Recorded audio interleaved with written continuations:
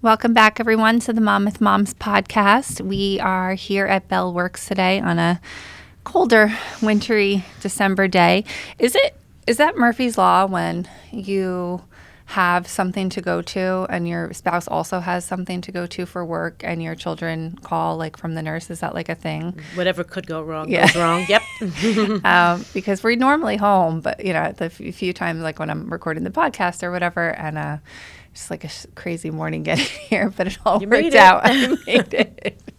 I'm lucky. My kids, like, knock on wood, are usually pretty healthy. Like, not a lot of like colds and ear infections. We kind of got, they were both daycare kids, so they got all the they were sick a lot during those years. But now I feel like I'm like not.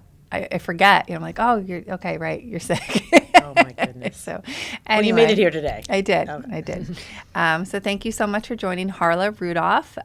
We are so excited to learn more about your speech practice and delve into speech therapy, and I'll talk a little bit about my experience as a mom with a child with speech delays, early speech delays. But thanks for joining. Tell me a little bit about your background, where you're from. I know you're a Monmouth County mom. I am. So thank you for having me. It's great to be here. Yeah. Never been in Bell Works studio. It's whole cool building. Here. It's incredible. Yeah. My name is Harla Rudolph. I'm a speech pathologist. I've been a speech pathologist now for 26 years already. I can't believe that. Yes. I actually grew up in Staten Island, and I went to Binghamton for my undergrad, and then decided, actually, the way I got into speech was kind of odd. So it was before there were computers and everyone registered online. So you literally had to wait online to register for your classes, and I just got on the shortest line that there was. Oh, that's so funny. It was a speech class. It was the shortest line. Yeah. And I absolutely fell in love with it. Okay. And I just kept taking more and more classes. I loved studying for it. I just loved everything about it. And then it turns out Binghamton did not have a major for speech, and they cut it. So I was going to either have to transfer, or I wasn't sure what I was going to do. So I actually commuted from Binghamton to Cortland in the snow.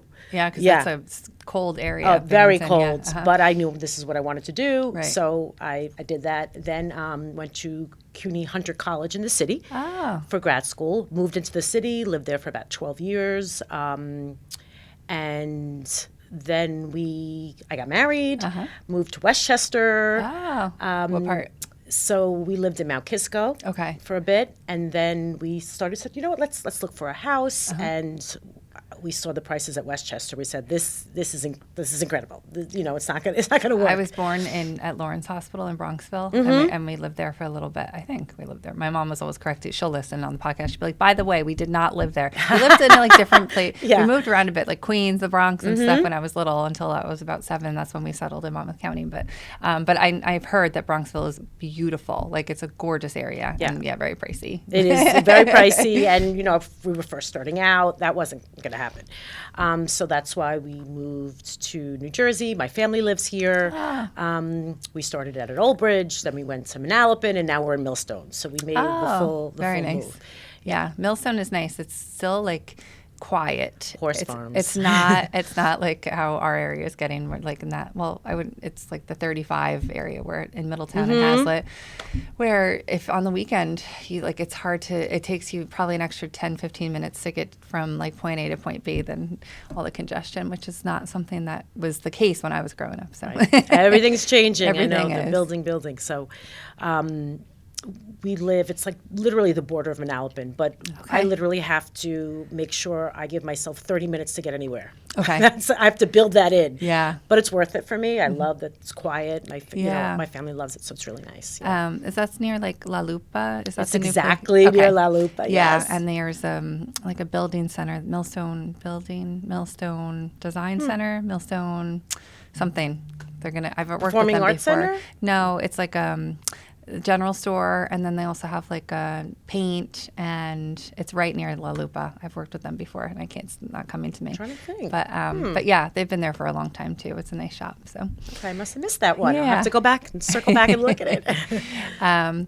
So you settled here, and I'm assuming you had your children. Right. When I'll go back, I've actually first started working with adults. Interesting. Very early on, I worked at Jacoby Medical Center in the Bronx. Okay. And I was literally thrown into chaos because I would be, told to go evaluate adults with traumatic brain injury or gunshot wounds, like all these different things that I didn't even know that speech was. I actually fell in love with it, working with adults, but I decided it was a little too sad for me, actually. I would come home once a week, cry it out, just cry for all my patients, and then go back again. And I said, I can't keep this up. Wow. Yeah. So I said, you know what, I'm going to try working with kids. And then I never left. I worked in schools. I was a clinical director for an early intervention agency in New York. Okay. And then when I moved to New Jersey, I said, I think it's time I'm going to start my own practice. And that was 13 years ago. Okay. I started, it was just me by myself in a small room. And then little by little, it just kind of grew and grew. A lot is word of mouth. We don't do a ton of advertising. I think it speaks for itself when parents can tell other parents, they really helped me. So we had the Morganville Center, and then I opened up Monroe, and then Princeton. And then recently in 2019, I added ABA therapy. Do you know what ABA therapy is? No. So it's applied behavioral analysis therapy. It's a therapeutic intervention for children with autism. Oh. The reason why I got into that was not my initial idea, but I would find that parents would be constantly coming up to me and telling me how upset they were because the agencies they worked with, there was constant turnover. They would get therapists that didn't know what they were doing. And speech therapy and ABA therapists work very closely together. Right. So all the children that would come to our center were also getting outside ABA therapy. I mean, it was just literally parent after parent after parent telling me this. Wow. So finally I said, enough. I'm just going to start our own program. Yeah. Right. Yeah.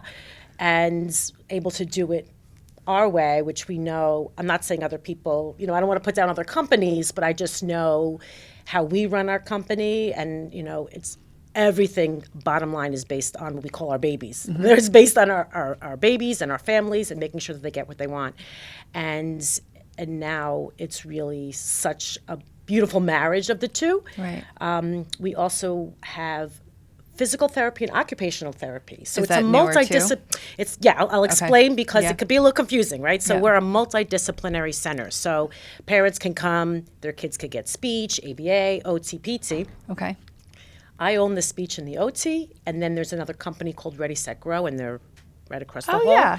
I think I know them. You've heard of Yeah, them? Yep. Yeah. And we work together. So a child can come, and like I said, they can get speech, and then the speech therapist could walk the child over to occupational therapy, and we're all working together. So That's it's so not nice. piecemeal. Everyone's on the same page. Totally. I Yeah. mean, that's a big problem, I think, in the healthcare industry in general, that like you are being treated by different people. And Agreed. It's very disconnected. So that's a story for a different day, I'm sure. No, that I could go on and on. Very disconnected. Yeah, So I yeah. do find that, especially when kids are getting services in the school.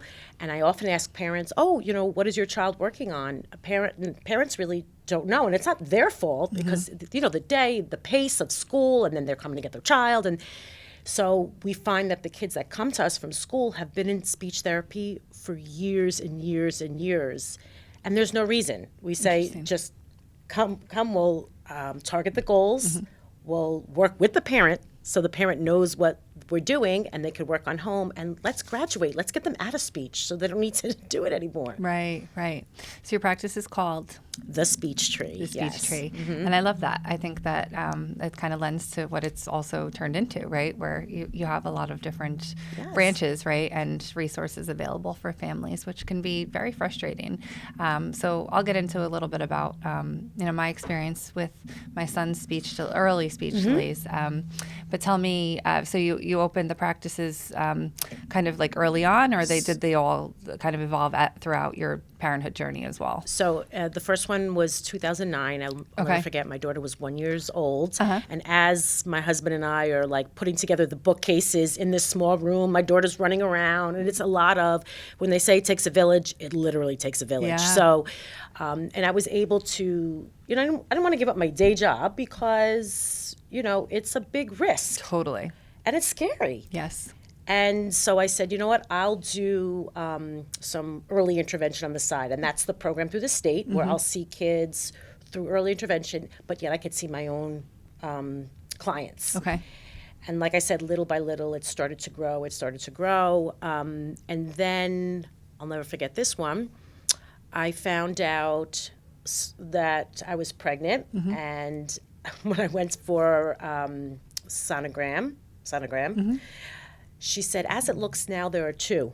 So I found out I was having twins. Oh my gosh. Yes. So that kind of threw my whole world upside down. Do they run in the family, twins? He runs in the family. Okay. And I was very pregnant with twins in this one space. And the landlord kicked me out. Because the other businesses were complaining that the children were too loud. There were children with autism. So I was devastated. Oh, now, that's a big, not traumatic experience, but just it's a big shift. You have your world changing, twins coming, and then everything that it's your baby. Right. People don't understand. They think oh, you own a business, you must just be, there's so much blood, sweat, and tears that go into even the smallest little risk. So completely agreed. Yeah, agreed. But it was the best thing that happened because we moved to a larger space. We were able to expand. And it all worked out. Yeah. I feel like it always works out in the end. You just got to keep, I tell my kids all the time, just keep doing the right thing and working hard, and it works out. If you keep going after whatever that goal is, just keep a little piece every day, right? A little bit, consistency. So, Yep. So that's so interesting. So where did you move to? So when we were in a townhouse in Old as soon as we found out that we were having twins, I said, come on, let's get a minivan. We need a bigger house. We got to get out of here. Yeah. And then we moved to Manalapan. Okay. And that was where I had, our twins. That's, we still pass by that house, and my kids, have such great memories from it. Right. But we felt that as they grew up, we wanted to just be in a more quieter neighborhood. So that's when we moved to Millstone right before COVID. Literally right before COVID. So how old are they now? So now my twins just turned 12 Oh. On Friday, and my daughter is a sophomore in high school. She's 15. Does Millstone have its own No. high school? Okay, where do they go? They go to Allentown. Allentown, interesting. That's a trek and a half. Is it? Yes. Okay. I don't know enough about that part of Monmouth County. I probably should, but I don't. I know it's very quiet and beautiful, and I'd probably prefer to live there, but I don't know enough about. Is it Upper Freehold also goes to Allentown? It's exactly what it is. Okay, Upper Freehold. okay. So it's like Cream Ridge. Right, right. Yeah, yeah. It's all very quiet. So how many kids are in the school? I don't even know. It's a small school. It's a small school. But Allentown is literally like Main Street, USA. Yeah. If you drive in, it's exactly what it looks like. They took Town, is that what they call it? Oh, I don't know. I think so. So you know more than me. Yeah, because some of the people who run different recreation departments know that I add events to the calendar to spread awareness. So some departments are better than others, and they'll send me things. I think that's what they call it, Town. Yeah, I'm pretty sure. So that's great. Yeah. So and then they have an elementary school in Millstone, or no? Yes, They do. primary school, elementary school, middle school, and then they go. They all go to the one They all high go to. school. Oh, okay, good to know. Yeah. Learn something new every day.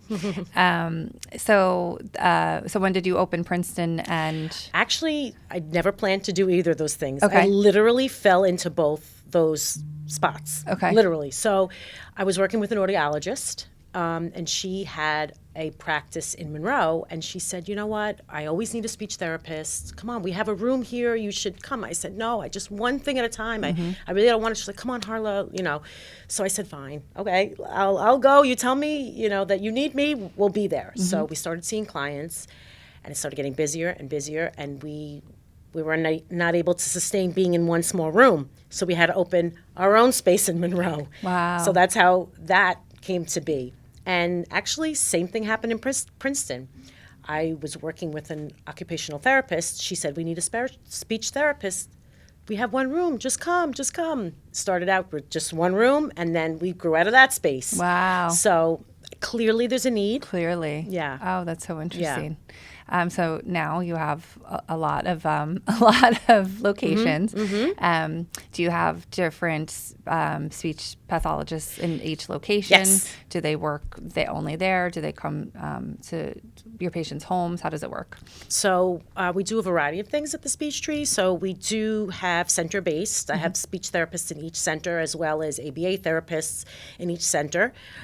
We also have contracts with the New Jersey Department of Education. So I send therapists into the schools sometimes when schools need therapists and they can't find someone in-house for some reason. They contract with us. Subcontracted. Got it. Okay.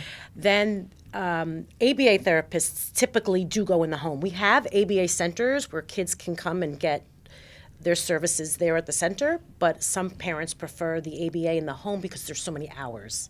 It's different like speech, where it's a half hour, twice a week. Children that get ABA often are getting 4 or 5, up to 10 hours a week. So they're probably more comfortable at home too. And depending on the behaviors that they're exhibiting, the behavior technicians and board-certified behavioral analysts, the ones that kind of lead up the whole team, they really make the recommendation if they feel that the home environment might be better for them. Okay. So with the family, everyone makes that decision together. Interesting. Yeah. Okay. So I have said many times before, I was a young mom. I had my son when I was in college.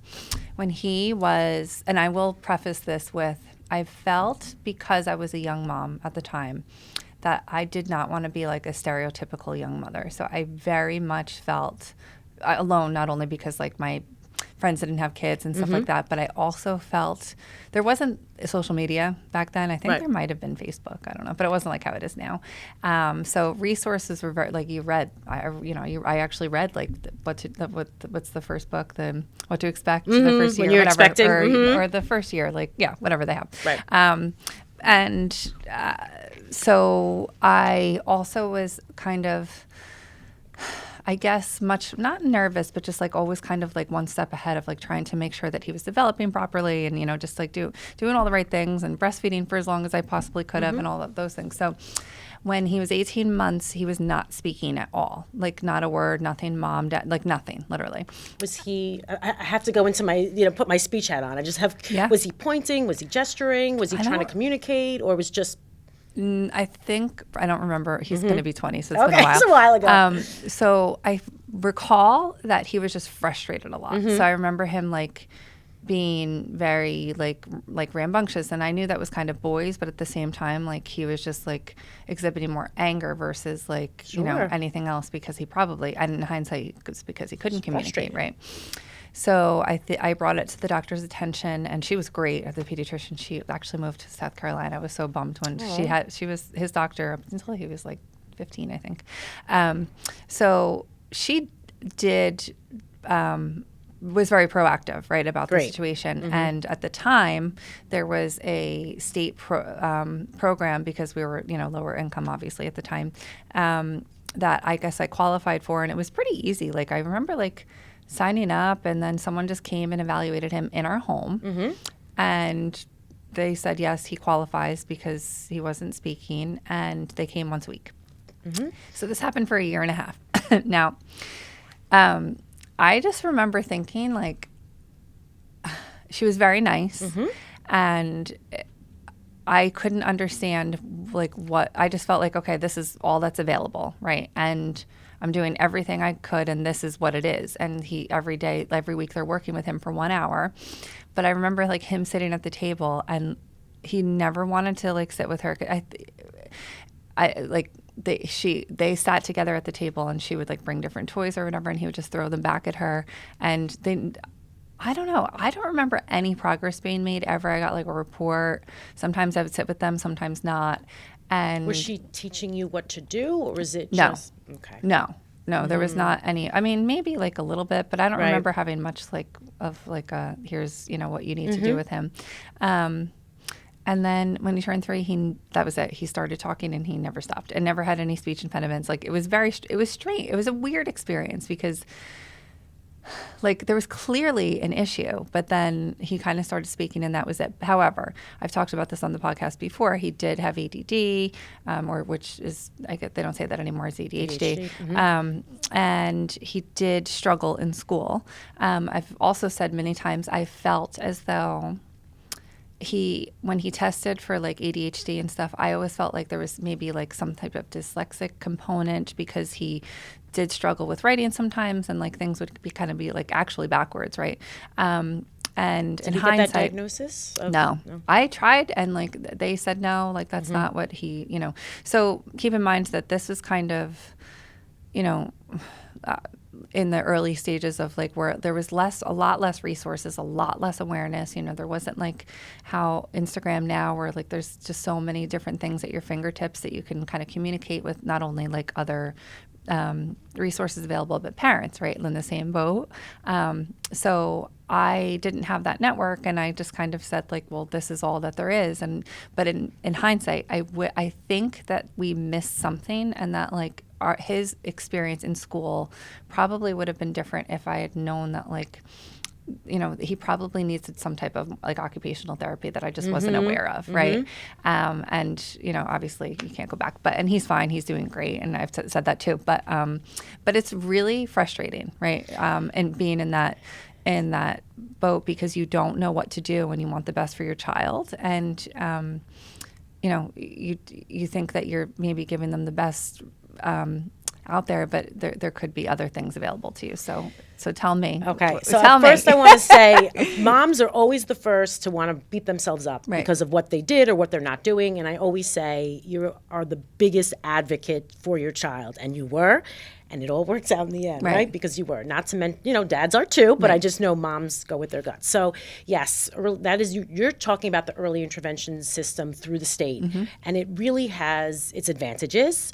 But what I found, and this is based off just what parents are telling me when they're coming to the speech tree, coming to the practice, and it has changed a bit from what it sounds like. So the eligibility requirements are, it's not always so easy to be found eligible to get early intervention for speech because you have to have a 33% delay in one area or a 25% delay in two areas.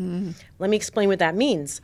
So for the language for speech therapy, they test two different parts. There's receptive language and expressive language. Receptive language means they're testing what the child understands. Can they follow direction? Can they identify objects? Expressive is meaning what they're saying, the words that they're using. Well, what they do is they combine those scores. So if your child is understanding everything but not saying a word, it could bring up their score and then they wouldn't qualify. I see that a lot. Wow. Yep. Another thing that I'm hearing from parents is that the state does not, and again, this is just from what I'm hearing from parents. I just want to preface that. And this is what I see too. If a child is 2 and under, you're not getting a speech therapist that comes to your home. What they do is they assign a developmental interventionist. And that is either a special educator. I actually had a parent tell me a nurse came to their home to provide speech therapy. I was flabbergasted by that. So Wow. It was very interesting. I'm not sure why they do that.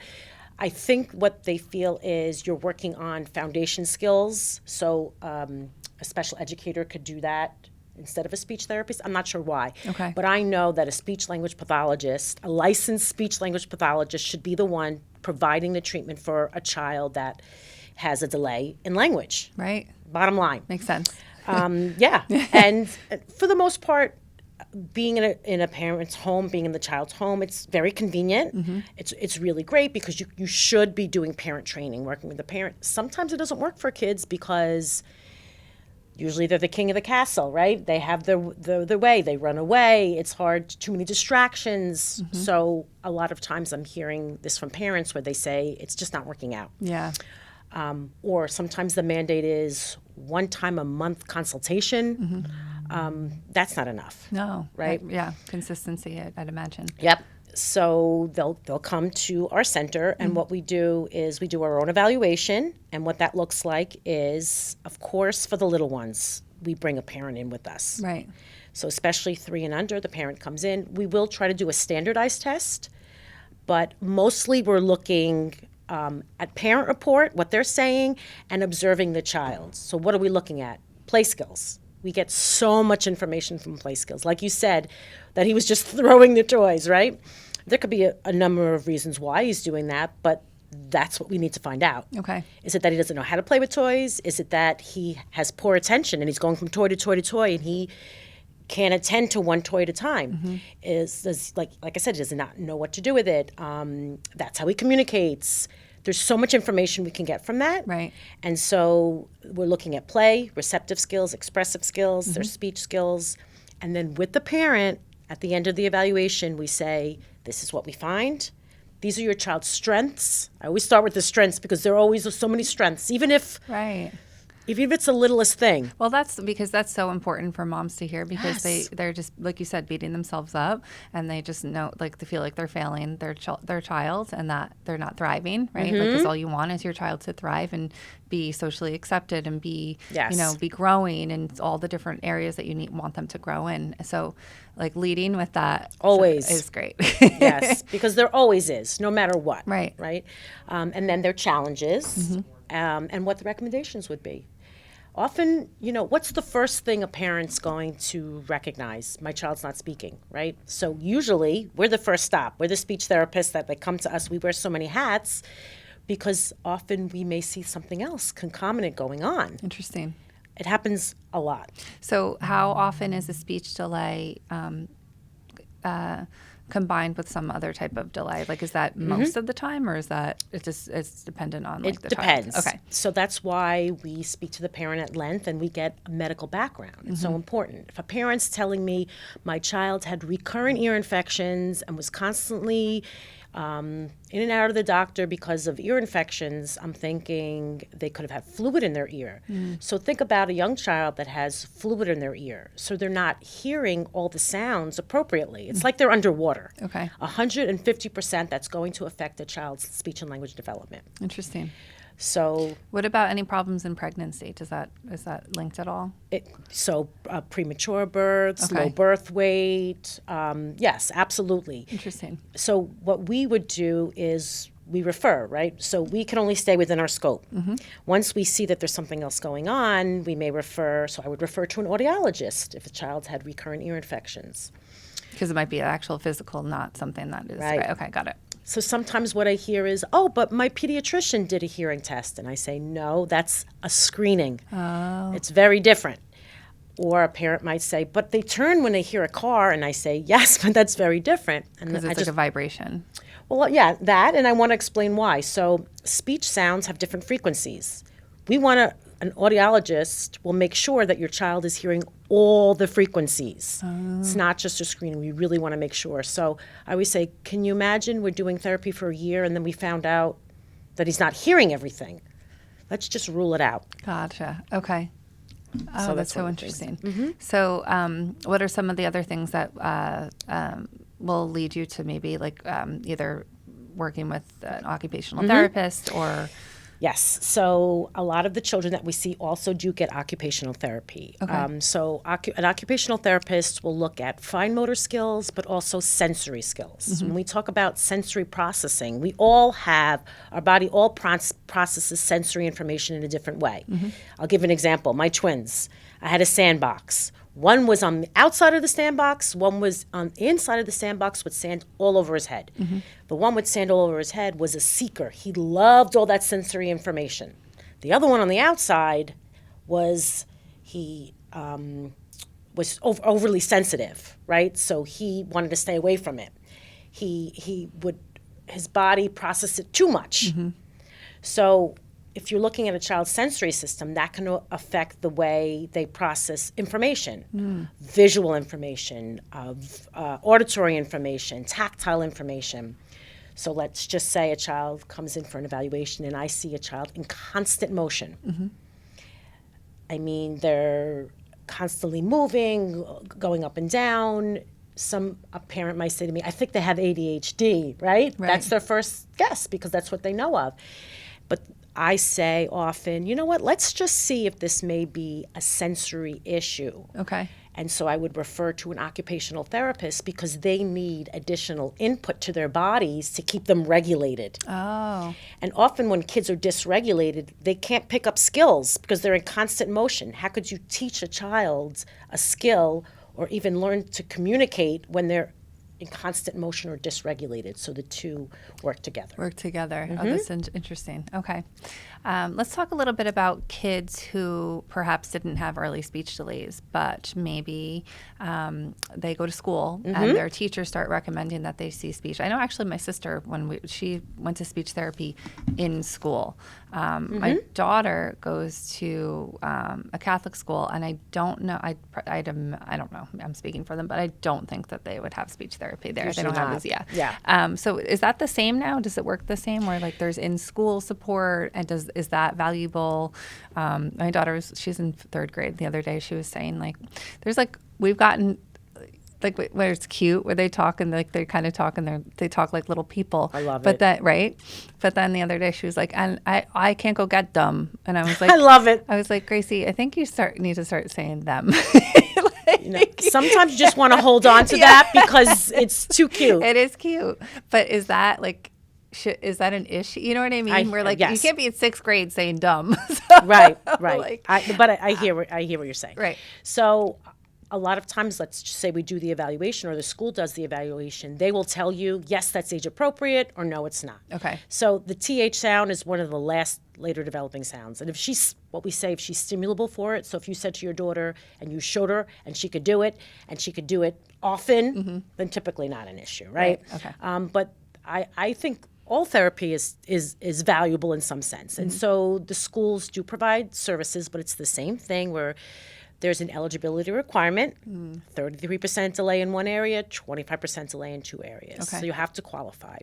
And not all kids qualify. Or if they do qualify, they're grouped in a group of 3 and they're not getting the individual attention. So often they, in addition to school therapy they're getting in school, they supplement with outside therapy. Okay. And what's important is we work together with the school speech therapist. So we're not doing two separate things. We certainly don't want to confuse the child or, teach them two different things. So we're working in conjunction with the therapists in school. Okay. Yeah. Is it true, I don't even know where I heard this, that boys are more inclined to have a speech delay than girls? So there's so much research about it. Research says no, but I will tell you, in my practice, in my experience, I say yes. It's so interesting. Yes. And there is more prevalence for autism in boys than girls. Yeah. So that also drives that. Those numbers. Yeah. Got it. Okay. So you're a mom, right? And Yep. maybe your second or third child, or maybe your first two, they spoke great, and then, or maybe you had 2 girls and then your boy and he's not speaking. Oh, boys speak late. They say, everyone says different things, Yep. right? What are some of the things that you should look out for? Like you said, we said earlier, listen to your gut, but really, if you don't want to be an alarmist, but at the same time, what are some of the signs, right, that you can look for to really advocate for your child and know whether or not you need to bring this to their pediatrician? Yeah, good question. So there are different red flags, what we call them, at different stages of development. So the first thing that we look at when the child is under 1, you're thinking as they're a baby, is their play skills, also their social, emotional, and their interaction, right? Are they interacting when you think about it? When you're, even as an infant and under 1, you're playing peekaboo and you're having that back and forth interaction. If you find that your child is not answering to their name, not engaging with you, to me, that is of concern. When the child starts getting older, and one of the things I know the pediatricians are very, very good at doing screenings, but one of the things they always ask is how many words do they have? I don't really ask that question.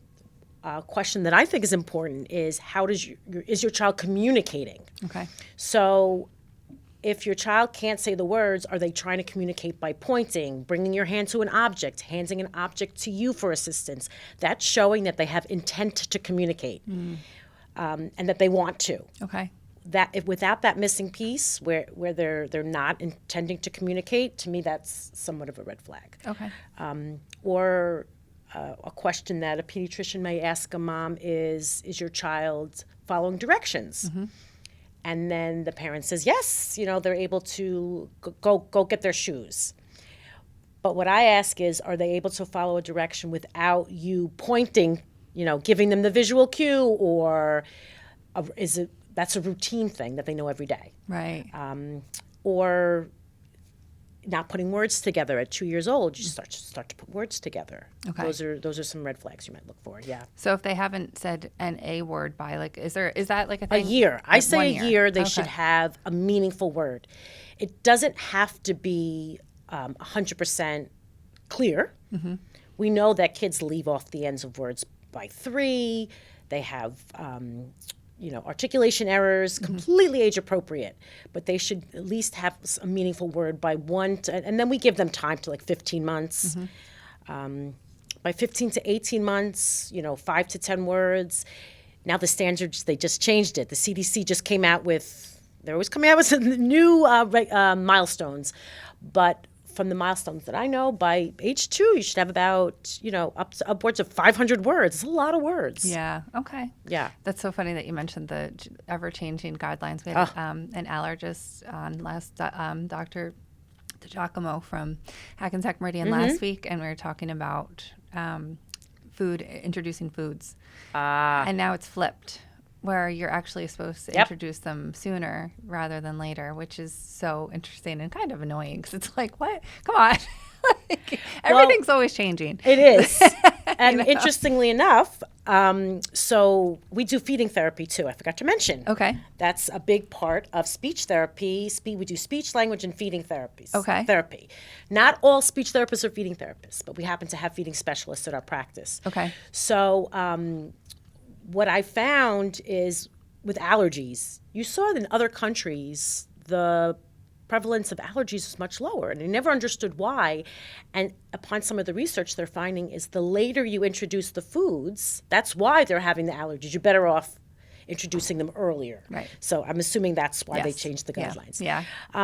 So why we see children for feeding therapy, kids can be a picky eater, let's say. A parent comes to us and they're eating, 4 or 5 foods. We want to see what the underlying reason is. Is it because something motoric, where they can't chew or manage the foods? Is it sensory? They don't like the way the food feels in their mouth. Is it medical?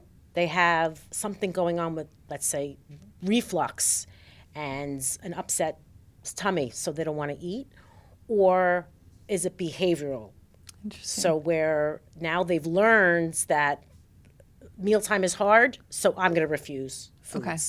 So the muscles we use to speak are the muscles we use to eat, so we work in conjunction and we do feeding therapy as well. Oh, for under 5, is that or is it over 5 too? So we actually have feeding specialists that work with newborns. Oh, wow. So there are children that may have tongue ties and they're not able to latch on to the breast or the bottle, or they have a weak suck-swallow pattern, and so they need help with positioning or different bottle tips, or so we have specialists that are able to help moms with that. Okay. And then up until, school age, we're working with kids that have a very limited repertoire of foods in their diet. Okay. So it's 0 to school age for that. Okay.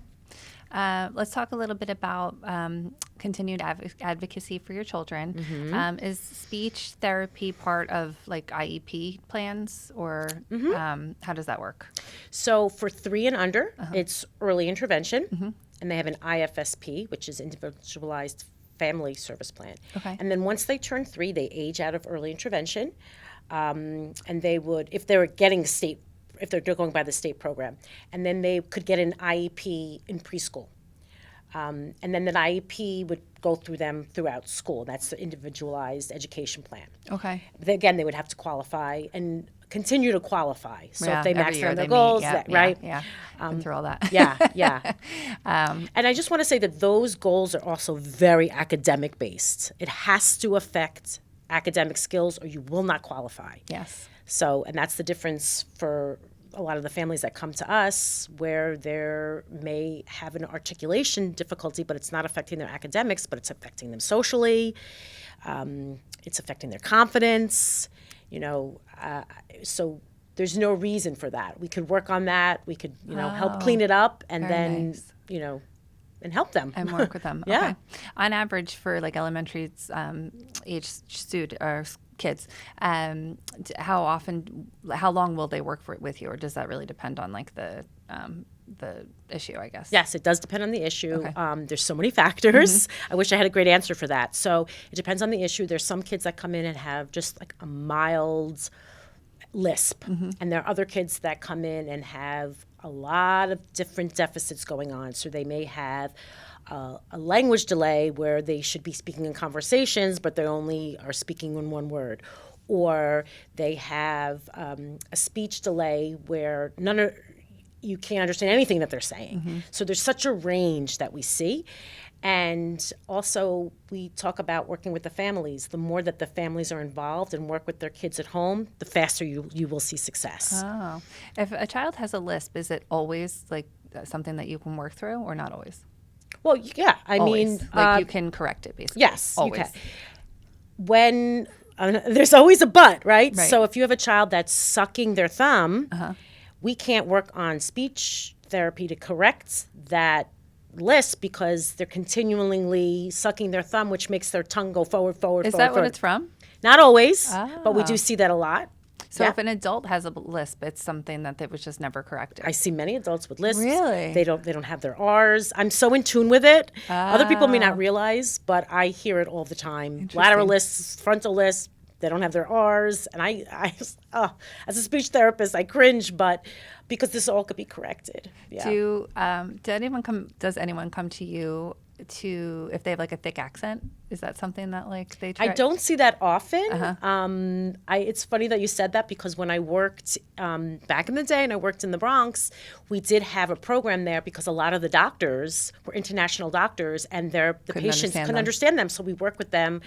They called it foreign accent reduction to help them, help them so the patients can understand. Yeah, I could see actors too, like needing that service, for different roles or whatever. Yeah, That's that would be a really cool thing to do. Yeah, you'd be like traveling all over the place. In my next life, I'll do that. So tell me about your plans for the practice. You're obviously very busy. Any 2024 plans, any services that you're adding? Yes, it's very exciting. So the love of what I love to do is always the babies. I always talk about the preschoolers. It's my favorite thing to do. But actually, one of my ABA therapists and a speech pathologist of mine came to me and they said, Harla, we really see a need out there that's not being met. Okay. What's happening is a lot of children with autism are growing up, and once they age out of school, there's nothing for them. There's nothing for them to do. And this happened. I have a nephew that's in his 20s. The same thing happened to him. So I saw this happen. And parents are coming to them and saying, what do we do? So there's tons of state programs that can help you with vocational skills, but we also wanted to add to that in order to provide resources to families. So we're starting something called Growing Roots, and that is 3 different programs. So the first one would be children that can come and they just socialize in the community, right? So they'll be able to meet peers and socialize in the community. The second one would be where we're teaching them vocational skills, starting to teach them skills. And the third would be actually sending them with an ABA therapist into the community and working with businesses and having them either volunteer or get a job. That's great. And teaching them those skills. So again, not enough resources. It's very sad to see that the kids, as they become young adults, parents are like, well, now what? Yeah. So we're looking to fill that need. Oh, that's so great. I know No Limits Cafe does a lot with that. And there's another one that's not coming to mind in Monmouth County. There's popcorn. Yes. They're always at Belvoir over here. They sell the popcorn Oh, here. They do? Great. Yeah. They might actually be here today. Oh, great. Yeah. It's really good. I'll stop in. That popcorn. Yeah. No, they're great. I love that. But yes, you're right. There's probably so much more that can be done there. So if there's anything that you need to provide for awareness, just let me know. To help mom, like wonderful. parents, like Yes. find out about stuff like Yes, that. That's cool. yes. So we'll talk offline about that. Absolutely. So you're still a busy mom of 3. In I say too, the teen years can be not. It's a different busy, right? You're different. You become the chauffeur, and just you being home sometimes is a little bit more important. I think just to keep an eye on what the heck they're doing, the friends, and all of that. So, tell me what you like to do with your family now. I'm sure they're in all kinds of cool activities and stuff. Yes. So, I've actually added another job. I'm going to be wearing another hat. Okay. So as much as I'm starting to get more time at home with my kids, because, and I always say that about being a speech therapist, you a lot of times get to make your own schedule, which is so amazing. As my kids were growing up, I was able to be with my kids for everything because you're able to make your own schedule. But now I'm going to, in January, going to be an adjunct professor at Monmouth University. Oh, how fun. And teaching pediatric language disorders at the graduate level. That's very so cool. Adding that, I love to teach, so I'm really, really excited for that. But that will be once a week, so not so bad. I'll still have time. Manageable. It's manageable. It's manageable. But yeah, I'm constantly chauffeuring our kids around. My daughter, she just finished band season. And I don't know if you've ever met a band mom, but No. Oh my goodness, It's it a is lot? intense. Really? I literally did not see her for 2 months. It's the most intense thing. The marching band, and they compete. They competed at MetLife Stadium. It's actually Wow. incredible, but it's very time consuming. So I hadn't seen her for 2 months. When band season ended, I was like, "Oh, there you are! Welcome home." I hadn't seen Wow. her, so it was nice. Yeah, Oh, that's so. I didn't know that. That's very cool. it's intense. Yeah, the competition Yep. across the board, all the sports. My stepdaughter is in softball, and I never see my husband. He's gone like every weekend. And he just told me the schedule for this coming summer, and I was like, oh, great. Like, we were not going anywhere, and he's going to be. I think he's in Colorado twice. I was like, Wow. So yeah, they don't mess around. No. These travel teams. No, and the child has to really love what they're doing Yes. because, when my boys were younger and my husband wanted them to play baseball and they would cry, I don't want to go. I said, at what point do we say, they don't want to do it? Let's just find something else. I that agree. They like. They have to love it. I was talking to on the way in here about my daughter's activities. I think she's in 6th right now. Like, that's not going to last, and most of it's pretty manageable. Some, like, I think half of them are run through the school, so she goes like aftercare program anyway. So she'll go to like choir, and then she'll go back, or she'll. What else does she do at the school? She just started doing cheer. So like, like it's kind of all stuff that like I don't have to bring her to and from. I kind of just pick her up afterwards. But then she does tennis and she's in Girl Scouts. And what else is she doing? It's a lot. Oh, and acting class she loves. Oh, my daughter did that as well. Yeah. Where's she doing it? At the Middletown Arts Center. Oh, okay. Which is great. They have a great program there. And it's nice because they take the class like all season, right? And at the end they're like in a performance Love that it. everyone can come to. So my son did that too. He loved it. He was up until like his sophomore year in high school, he used to do like all the plays in the schools, and he did it privately too. It was very fun. So both of my kids have that like acting bug, which is funny. My daughter actually goes to a specialized camp. You ever hear of French Woods? No. So it's a performing arts camp. Okay. And they could choose their own schedule, and there's everything there. There's, plays and circus and visual arts. You make your own video, movies. It's incredible. Actually, a lot of movie stars send their kids there. Oh, where is it? It's upstate. Oh, okay. Yeah, it's not a bougie camp by any means, Right. but it's really, they have incredible like teachers there that Okay. teach. If she's really into that. Yeah, she really. Yeah. That's like the one thing. So that's what I'm saying Yeah. is like it'll weed itself out, and then she'll kind of gravitate something towards else. something that like she really likes. And I think it's probably acting, but who knows? So Yeah. I got her into a few things this past summer because I'm like, all right, what are you gonna, what's gonna be your thing? So we'll see. Yeah. But I actually have some of my kids come volunteer at the center. Yeah, so we also do social skills groups. Okay. So a lot of the times that I see when children come together for social skills groups, they both have deficits in the same area, so they're not really helping each other. Right. So my children come in and they are the peer models, right, to help the other children, and it's really, really rewarding for them, and they're seeing that they're helping other kids.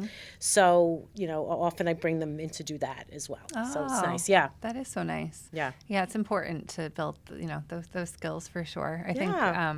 there's a lot, like people say like, oh, they don't need to be in all these activities and stuff like that, but they're getting a lot. It's not just the skill, right, that they're learning, not the one specific skill, right, that they're signed up for. Like acting, for instance, is, teaching kids how to, public speak and how to get up in front of a stage and how to be around each other and interact and not be on screens and problem solve and all of those things. Right. So there's a lot of value to, getting kids Agreed. involved into all Activities. of these great activities that are available to us. So I could go on and on. Yep.